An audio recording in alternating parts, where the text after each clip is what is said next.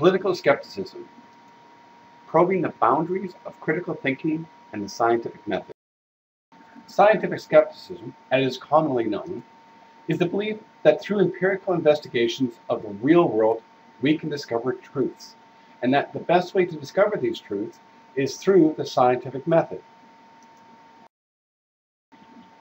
The scientific method, as we're adapting it here, involves several steps. Observational evidence. Go out and take a look at the world. Make note of what's actually going on. Use this as the foundation for your hypothesis generation.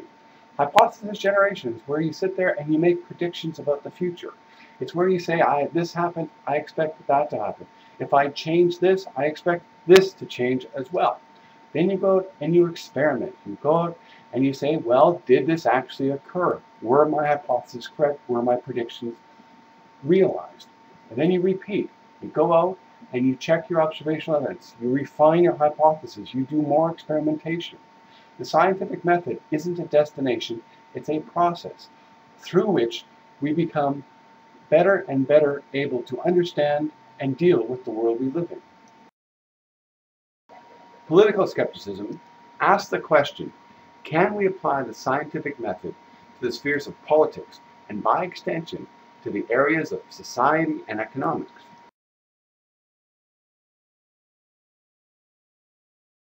The PoliSkeptic Method.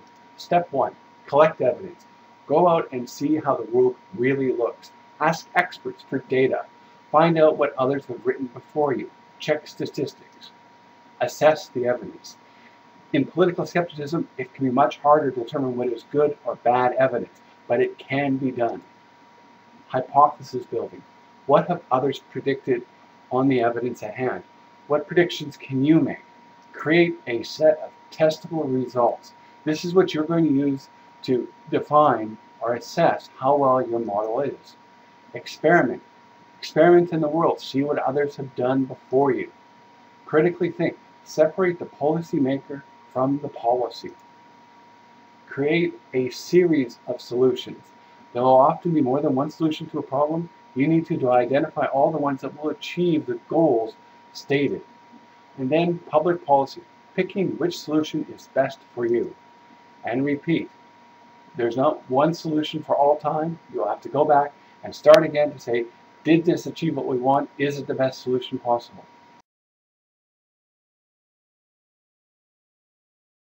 A PoliSkeptic example. Should brothels be legalized? Recently, the Supreme Court of Ontario struck down 3 laws. 1.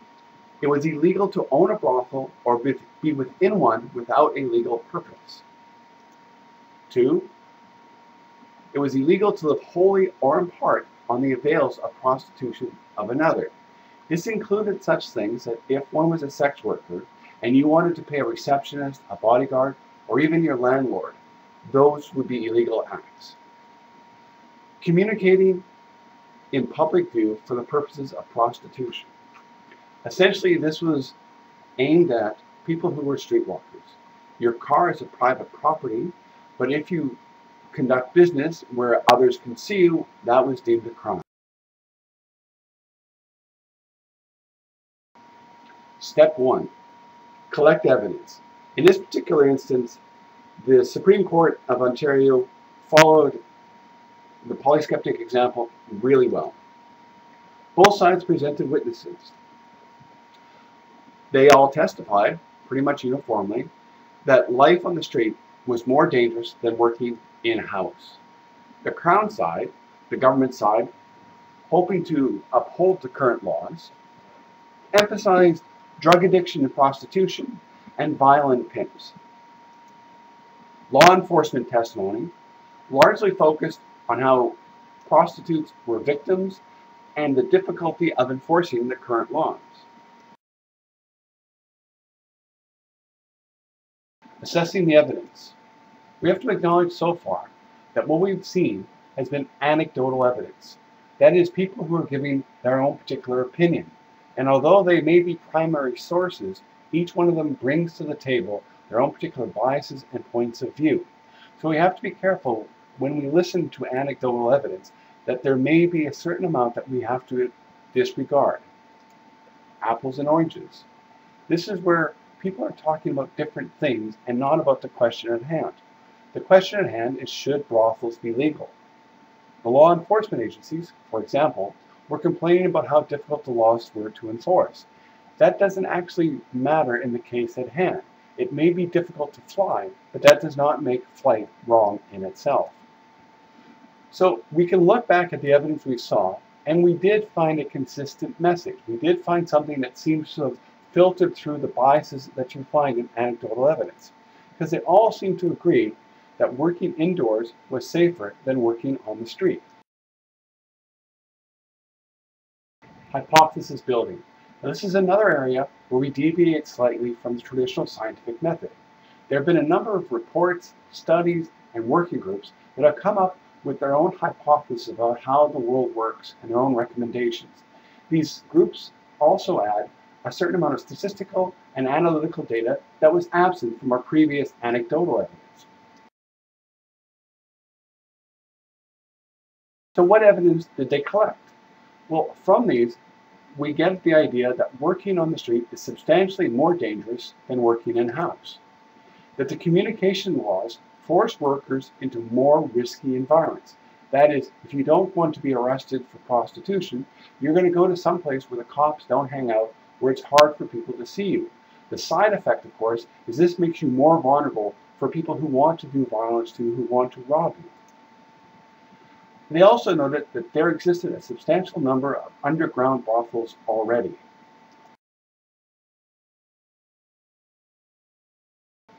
Theoretical policies. From these reports, we can start to assemble a policy that might help solve our problem. The reports seem to agree that the current laws put sex trade workers at increased risk. They recommended or hypothesized that legalizing brothels and loosening of the communication laws would make it safer for the sex trade workers.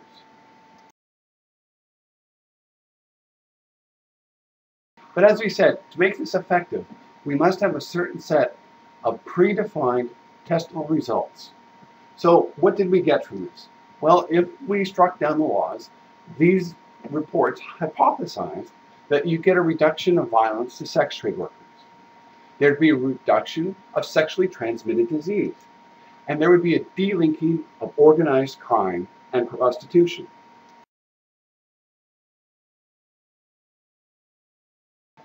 Step 5, the experiment. Again, this is an area where it's difficult to apply the scientific method to politics, but not impossible. In science, you put people into a lab and you change certain variables to see if the results. We can't do this in the real world.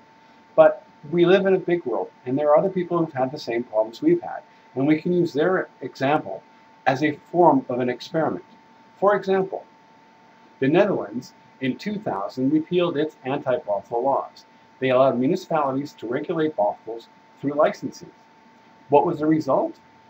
A number of studies that the Dutch government has done has shown a dramatic reduction in violence and sexually transmitted diseases among brothel workers. And as a kind of control group, they noted that 90% of the sex trade violence was reported by non-brothel workers. They also noted a significant reduction in organized crime in the industry.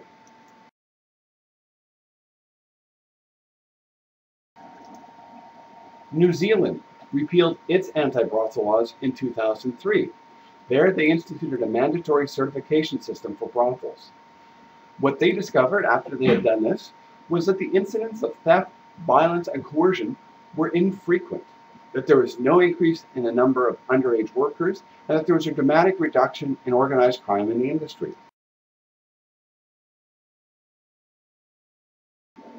Critical thinking. We spent a lot of time looking at the world. Now we need to look at ourselves as policymakers. We have to be sure that we don't let our own personal biases interfere with this part of our assessment, that we don't fall into some bandwagon, that when we look at the evidence, we're looking at it from an objective point of view and not allow cheap emotion or simple appeals to authority, be they valid authorities or not, to sway our opinion. One of the best ways to do this is to see what the other side, what the counter-arguments are.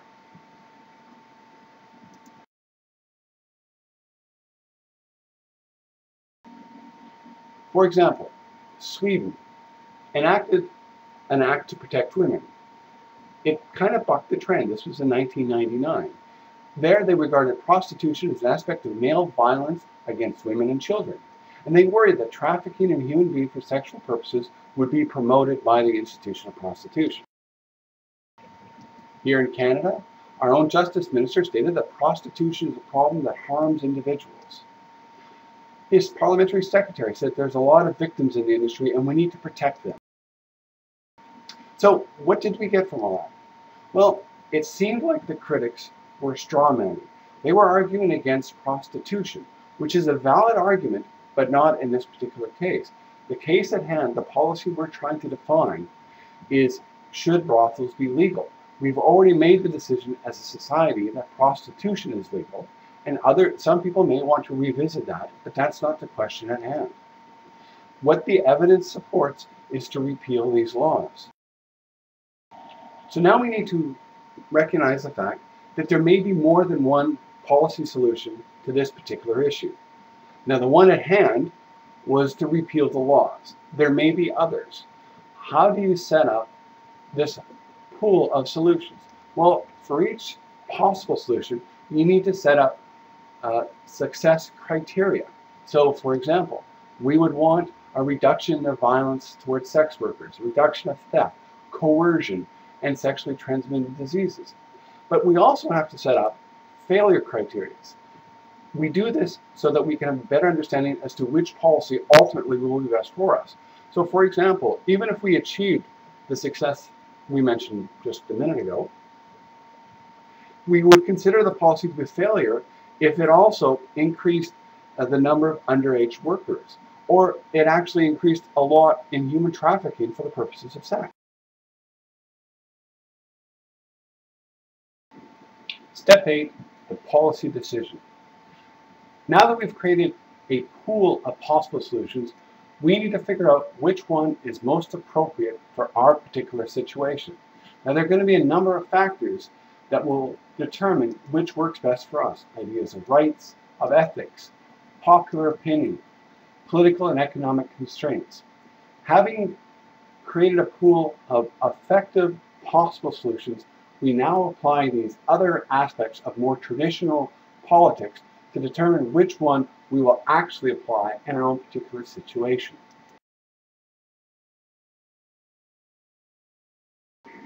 But now that you've had your solution, you've picked one, you need to now repeat. You need to go back and see, did you actually get the success criteria and avoid the failure criteria you've set up in the past?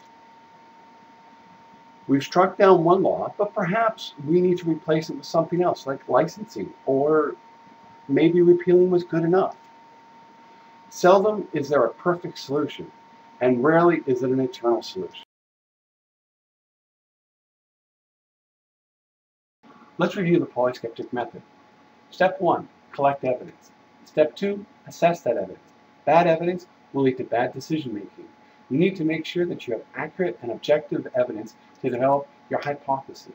Your hypothesis must have testable results, because it's these results that you can apply to experiments done around the world to people who've had a similar situation you currently are going through.